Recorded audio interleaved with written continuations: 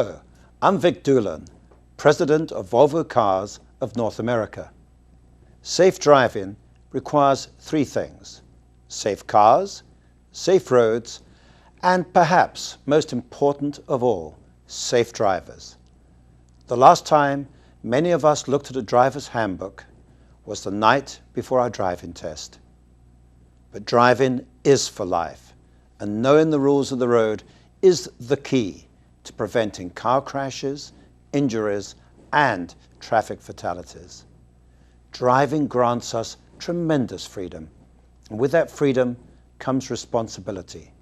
Responsibility to learn all you can about safety on the road and to demonstrate that knowledge and that feel for safety every time you drive. That is why Volvo Cars of North America is proud to make the Drive for Life program possible. Always drive safely. Thank you.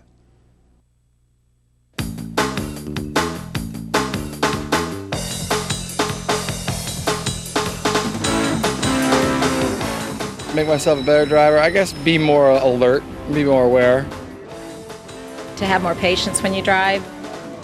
Wear my seatbelt more frequently. You drive, you should be just drive.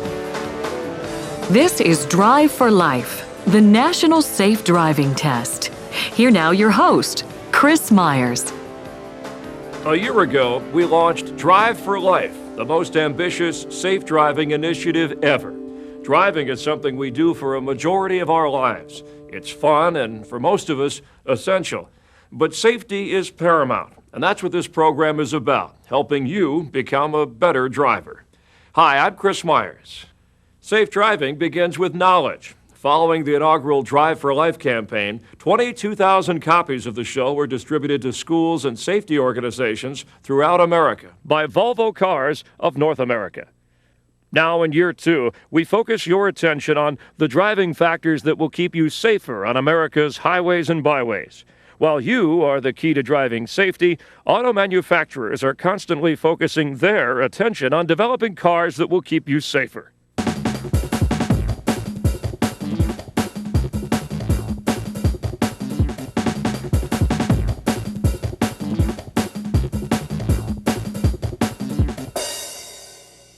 Many of those safety features were created and tested on the racetrack and perfected by the men and women whose lives are on the line every day they go to the office. Joining us again from his 200-mile-per-hour job, former Indy Racing League champion Greg Ray. The National Safe Driving Test will show just how safe you really are, but we're also rolling out our Drive for Life list, things that keep you and those around you safer on the road. According to the AAA Foundation for Traffic Safety, these are the 6 things you can do to improve your personal safety. Failure to use safety belts and improper use of child restraints are major contributors to traffic injuries and deaths. Airbags help, but airbags should never replace the use of seat belts. All 50 states and the District of Columbia have laws requiring child safety seats, booster seats, and require older children to wear adult seat belts. It's difficult to tell when you're tired and starting to lose your edge, but most people do. States like New Jersey have actually enacted laws against driving when fatigued. This is the all-time single most avoidable driver impairment. If you drink, don't drive. It's just that simple. If you do drink, assign a designated driver, call a cab or a friend, or stay where you are. Death, injury, and expense, all related to car failure and due to maintenance problems. It starts where car meets road. Tire care is especially critical. Over or underinflation and a lack of proper tread can all too easily lead to a deadly driving situation. In 2002, speeding was a contributing factor in 31% of all fatal crashes. According to our 2003 Drive for Life test survey, more than 80% of drivers admit to speeding at least once a month. Men are 25% more likely to speed than women. We often take driving and where it gets us for granted, but most crashes occur within 2 miles of home. Yes, talking on a cell phone is certainly part of it, but far more crashes occur when the driver is changing the radio station, eating, trying to quiet a child, putting on makeup, looking at billboards or street signs, talking with a passenger, or rubbernecking. Distractions are unavoidable, but it's your responsibility to focus on your driving. In just a couple of minutes, it's the National Safe Driving Test. When you're done, check out our special website. It's packed with information. Take it for a test drive at driveforlife.com. You know, they say the pen is mightier than the sword. Well, it's also better for taking tests. Good thing, because our test is next. But first, a sample question, just to get you ready. What is the proper etiquette when passing an emergency or police vehicle with lights flashing on the side of the road? A. Maintain speed and lane, don't veer. B. Slow 20 miles per hour below the speed limit and move a lane to the left. Or C. Pull over and come to a complete stop. The correct answer is B. Slow down and move out of the way. Try not to inhibit the emergency vehicle and avoid causing a collision at the same time. Still ahead, the safest cars in the world, and Greg has another Drive for Life Did You Know list. But next, the National Safe Driving Test. We'll be right back. The key is to stop at stop signs, obey the speed limit when necessary, and also to just be cautious of other drivers because there's a lot of crazy people out there. Drivers of America, start your engines. The time has come. Here is your National Safe Driving Test. In 2003, seatbelt usage reached an all-time high of 80%. And since 1975, seatbelts have saved nearly 165,000 lives. When properly utilized, seatbelts are the most effective safety devices in your vehicle. The same goes for child safety seats and boosters. Question 1. Restraints. When do you move an infant from a rear-facing child safety seat to a front-facing toddler seat? A. 20 pounds. B. 40 pounds. Or C. When an infant can hold its head up. The correct answer is A. According to the National Highway Traffic Safety Administration, infants should ride in a rear-facing child safety seat until they're at least a year old and at least 20 pounds. Toddlers between 20 and 40 pounds should ride in a forward-facing child safety seat with a harness. Children who outgrow front-facing child safety seats should be restrained in a booster until the lap and shoulder belt fits properly. All child safety seats need to be located in the rear of your vehicle, and no child under the age of 13 should sit in the front passenger seat of a car that's equipped with an airbag. Following those guidelines made the difference between life and death for Tony Slattery and her 4 young children.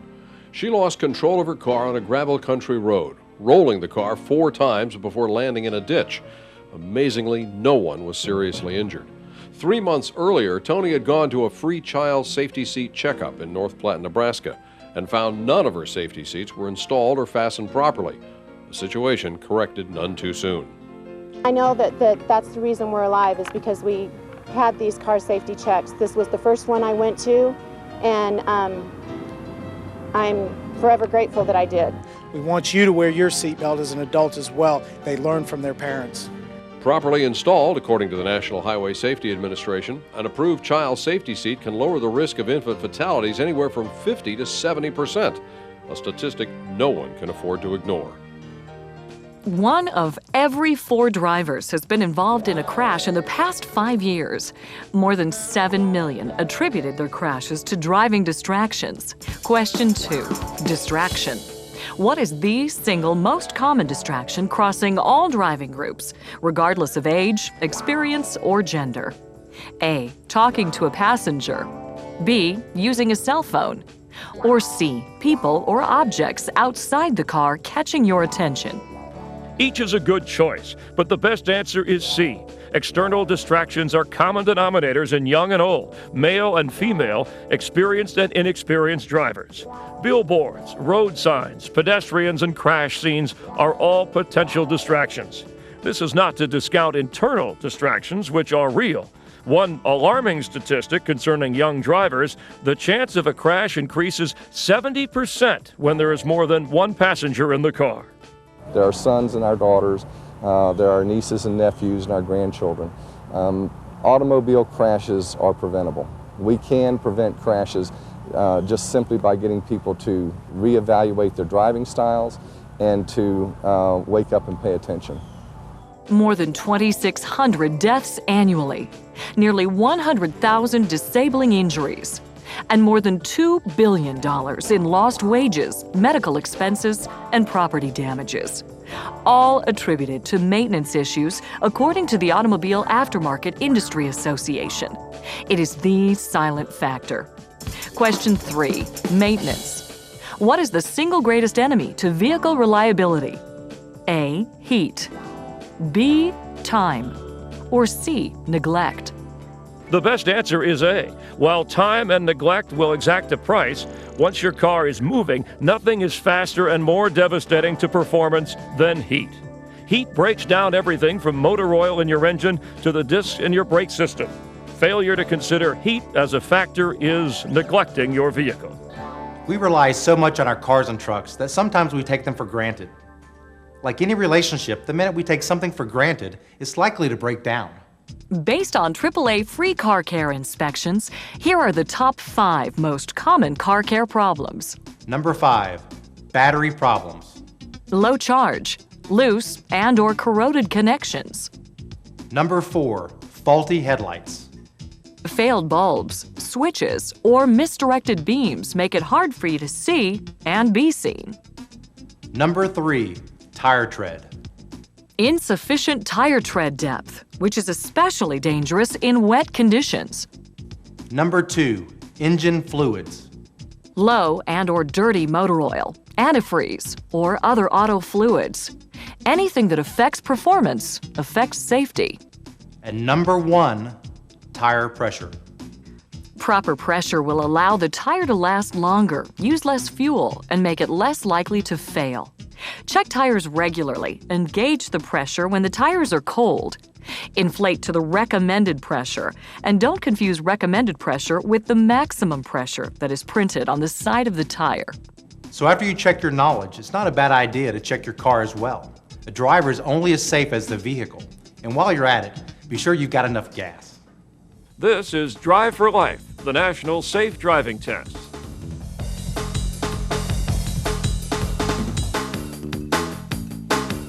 Everybody should just take it upon themselves to take a defensive driving course, and the roads would probably be safer. Now, don't be embarrassed if you didn't do as well as you thought. The important thing is to learn from your mistakes. Better on paper than on the parkway. Fatigue affects different driving groups at different times of the day. For drivers under 45, fatigue is greatest at night. For drivers 45 to 65, it peaks at 7 a.m. For drivers over 65, mid-afternoon fatigue-related crashes are more likely. Question 4, fatigue. It's late, you're on a long trip and an hour away from your final destination. Fatigue sets in. What's the best solution? A, pull over and stop for the night. B, stop, grab a couple cups of coffee and rest for 20 minutes. Or C, you're only an hour away. You can make it. Force yourself to stay awake, roll down the window, and blast the radio. The answer is B. A little rest and a caffeine fix will do the trick. A caffeinated soda or tea will do as well as coffee, but you need at least 2 servings. Take a 20-minute nap to let it kick in, then you're on your way. During those 20 minutes, the caffeine will be absorbed into the bloodstream, giving you a little extra pep once you wake up. Now, that's good for about an hour's drive time.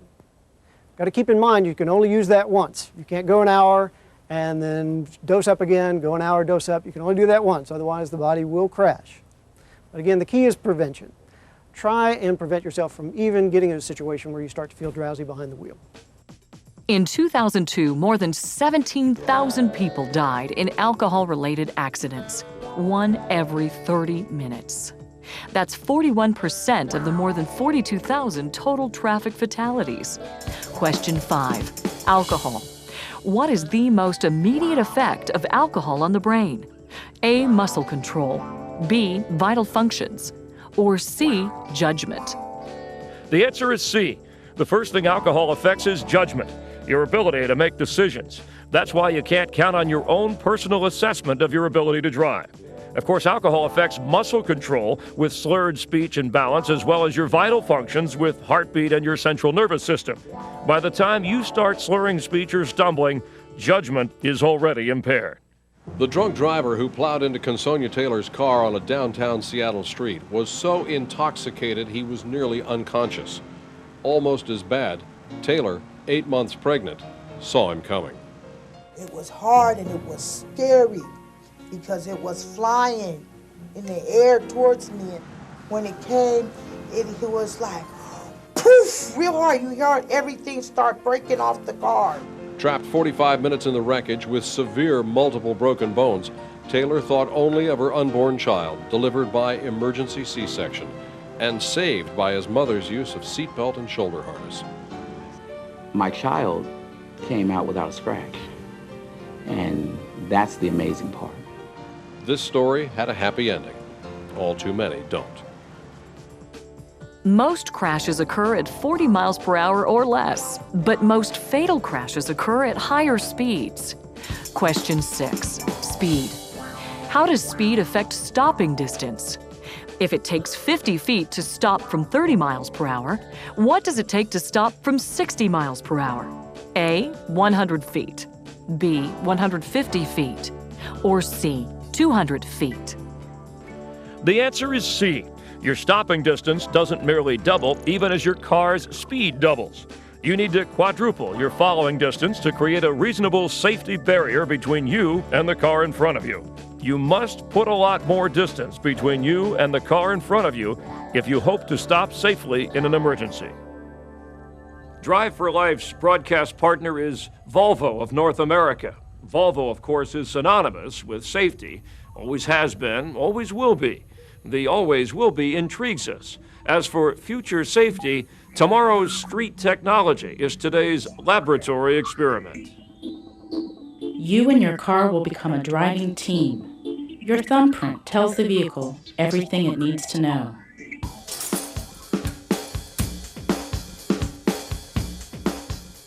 Including the fixed eye position, which puts you in a perfect driving position every time.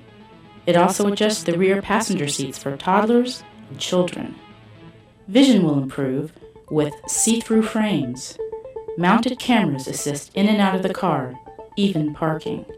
Smart headlights lead the way, with night vision the final word. Adaptive cruise control will allow you to set your speed and preferred following distance. Automatic sensors will eliminate blind spots, keep you in your lane, and far enough from that car in front of you. In the case of insufficient pedal pressure, the automatic braking support function will be triggered. Finally, when all else fails, your car will not. With 4-point seat belts for adults and children, seats that absorb energy in a crash, dual upper and lower side airbags, reinforced bumpers, and improved crumple zones, passengers are protected as never before.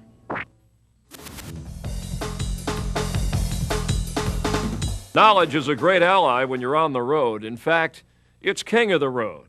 If you miss more than a few answers, it's probably time to review your skills, and we can help. All you have to do is check out our website at driveforlife.com. We all have places we'd rather avoid when driving. Congestion is one reason. LA, Houston, Chicago, and Phoenix lead that list. Dangerous intersections pose another problem. But did you know someone actually went out and discovered the 5 most dangerous intersections in the entire country? It's true, and here they are. Number 5, Tulsa, Oklahoma. 51st Street and Memorial Drive. Number 4, Phoenix, Arizona. 7th Street and Bell Road. Number 3, Philadelphia, Pennsylvania. Grant Avenue and Roosevelt Boulevard. Number 2, Philadelphia again. Red Lion Road and Roosevelt Boulevard. And at number 1, the most dangerous intersection in America, Pembroke Pines, Florida. Flamingo Road and Pines Boulevard is the most treacherous intersection anywhere in the United States. If you're interested in the worst intersections around your state, go online to statefarm.com and check under prevention and safety. Here now, the final review of your personal survival strategy. Arrive alive. It is the name of the game. Restraints. Always use one, especially on children. With children in the back, make sure the restraint is properly installed with the harness strap snug, and keep your child in a booster seat until an adult seatbelt fits properly. Then check your installation with a certified safety seat technician. Local police and hospitals can assist you in finding a technician. Alcohol. Don't drink and drive. If you do drink, have an alternate plan for driving. Eat when consuming alcohol. Don't mix other drugs with alcohol. And don't be deceived by perceived sobriety. If you've been drinking, you're not sober. Fatigue.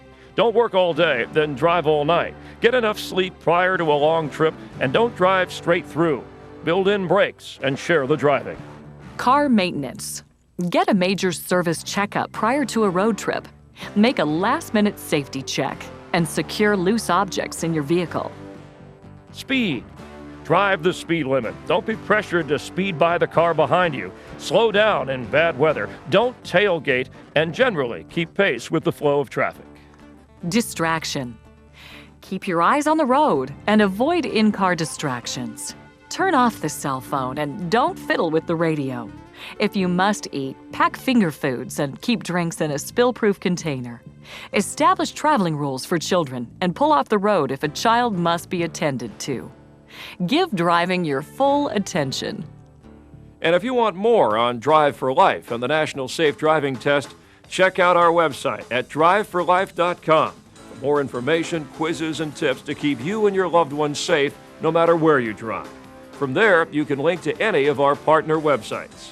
For Greg Ray and all of us here at Drive for Life, I'm Chris Myers. This has been the National Safe Driving Test. Thanks for being a good sport.